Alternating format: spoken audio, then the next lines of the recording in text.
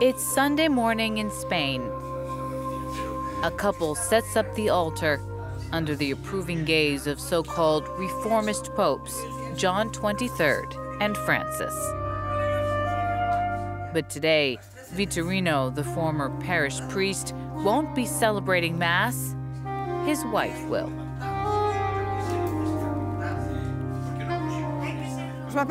My name is Cristina Moreira. I'm French by birth, born in Paris. I came to Galicia in Spain as an adult, and I am a Roman Catholic priest.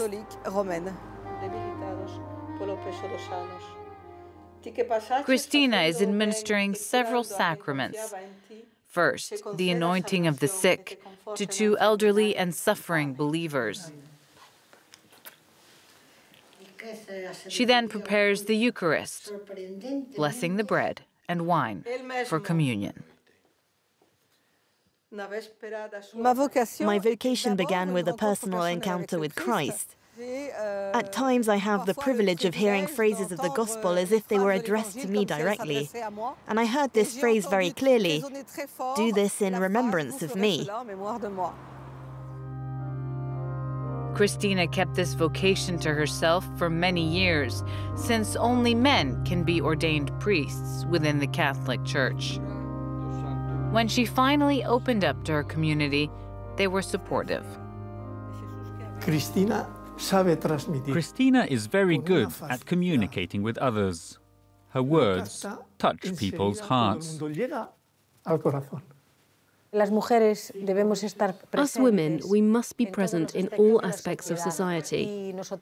We also want to be in key places, holding Mass, giving communion. This is yet another area of feminist advocacy.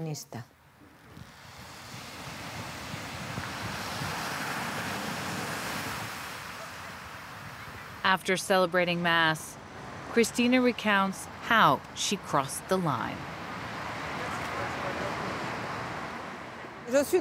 I became a Roman Catholic priest following a sacrament that's called the sacerdotal ordination. It was administered to me by an association of female Roman Catholic priests that has been ordaining women since 2002. On June 29, 2002, bishops at odds with the Vatican broke canon law by ordaining 7 women. Since then, more than 200 are reported to have received the sacrament, despite the Church forbidding it. We have beautiful things to share about our experience as an open community. A community where no one is excluded, where everyone is welcome, where everyone feels safe. I think we would have a lot of good tips to pass on to the old institution if it was ready to listen.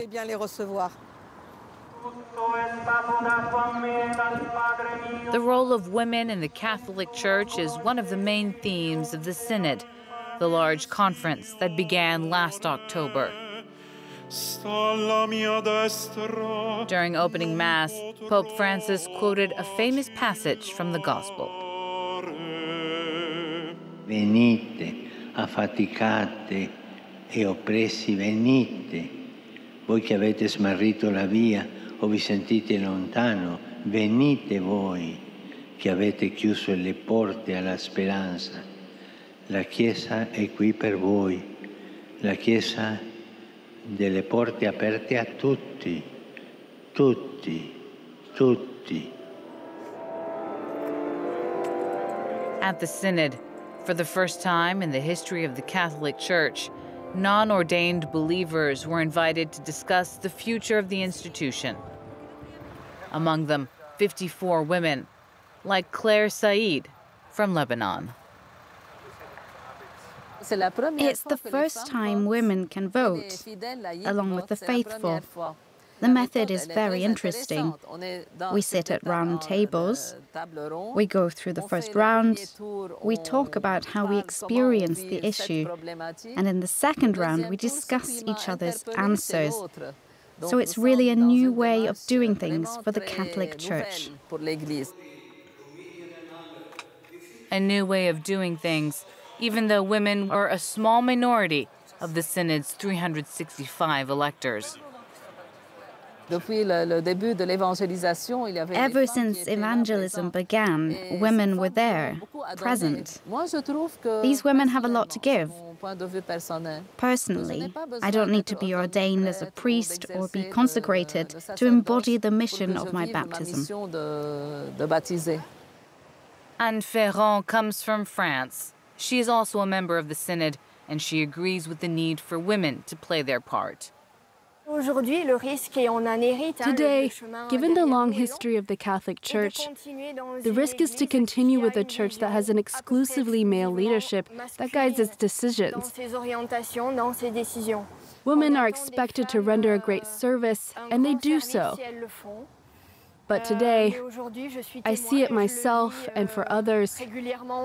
Women are suffering, and one wonders, has the Church listened to the cries of women as it does for the cries of the poor, the cries of the earth?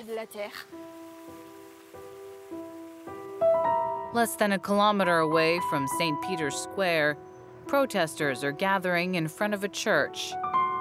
Inside is a relic belonging to Mary Magdalene, who, according to the Gospel, was the first to see Christ resurrected. This major Christian figure inspired the feminists of the Women's Ordination Conference, an organization founded in the United States in 1975. The Catholic Church has the corner on the market of misogyny and fear and clericalism, and so I think the Vatican is afraid of, first of all, admitting that they've been wrong for centuries to deny women the equal place in the Catholic Church, and of course they're also afraid of women's voices and power. And so I think Pope Francis's invitation to encounter, the more collaboration we can have between people of different genders, I think will erase some of that fear and really learn that we love the Church and want to contribute to it fully. The protesters walk through Rome's streets in silence to represent the millions of women whose voices aren't heard.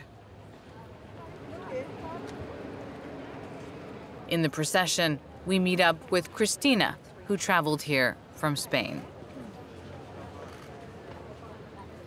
It's important to be here because I belong to a very large community. And as long as everyone cannot be ordained, I will continue to speak out. At the gates of the Castel Sant'Angelo, the feminists must stop. They're not allowed to protest on Vatican grounds. Resistance to patriarchy is obedience to God. Ordained women! Ordained women! Ordained women! Officially, we are protesting without a permit, but then when we have had a permit and protested, we've still been detained because they say that our material was offensive to the Catholic Church. It's a very wide open definition of offensive. Hey, fathers, how are you?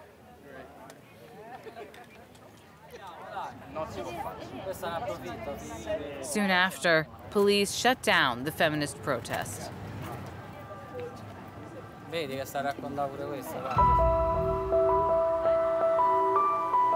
Adeline and Beatrice led a group called Feminism in the Church for 2 years in a Parisian parish. Their goal was to get women talking within a Catholic setting. We would alternate between conferences where we would invite female theologians, women with duties in the church, and more informal meetings where the idea was to form a community, offer a safe space, and debate the role of women in the parish, and more broadly in the Catholic Church. I wasn't part of the original parish, but I did find the group's webpage, and I was immediately intrigued because it's the only place I could find to discuss this issue, the issue of women in the church. Adeline and Beatrice had struck a chord. Feminism in the church drew some 50 people each week with the blessing of the priest until April 2022. We organized Mass one Sunday that we called Feminist Mass, and the idea was to keep in line with the liturgy, so the prayer intentions were read by a woman, the homily also by a woman. And Mass was led by a man. The Mass was celebrated by a male priest. We had a great time, nothing to report really. 1 or 2 days later, we started receiving a lot of emails that, in fact, were all more or less the same, from people saying they were outraged by our Mass, our group, and that we were working for Satan. Later that afternoon, we saw on the internet a message from the priest saying that we were excluded from the parish. There was also a statement from the Paris diocese saying they deplored the holding of the Mass and that we damaged the unity of the Church. The group was in shock. They believed they had the support of the parish. The priest tried to explain why he had excluded us. For him, feminism had no place in the Catholic Church. According to him, women play a complementary role to the role of men, and therefore we should stick to that role and do what we're told to do. Lacking support and with nowhere to meet, the group broke up in the following months. I no longer want to be in a position where I put in hours of work, I become invested, I put my heart into something, and overnight a man can unilaterally decide to throw it all away. It really sparked deep questions concerning my faith. What do I believe in? And honestly, I rarely go to Mass anymore. I still go to Mass, but I'm waiting for the day when we'll be able to celebrate God in an inclusive way, and not just from a masculine perspective.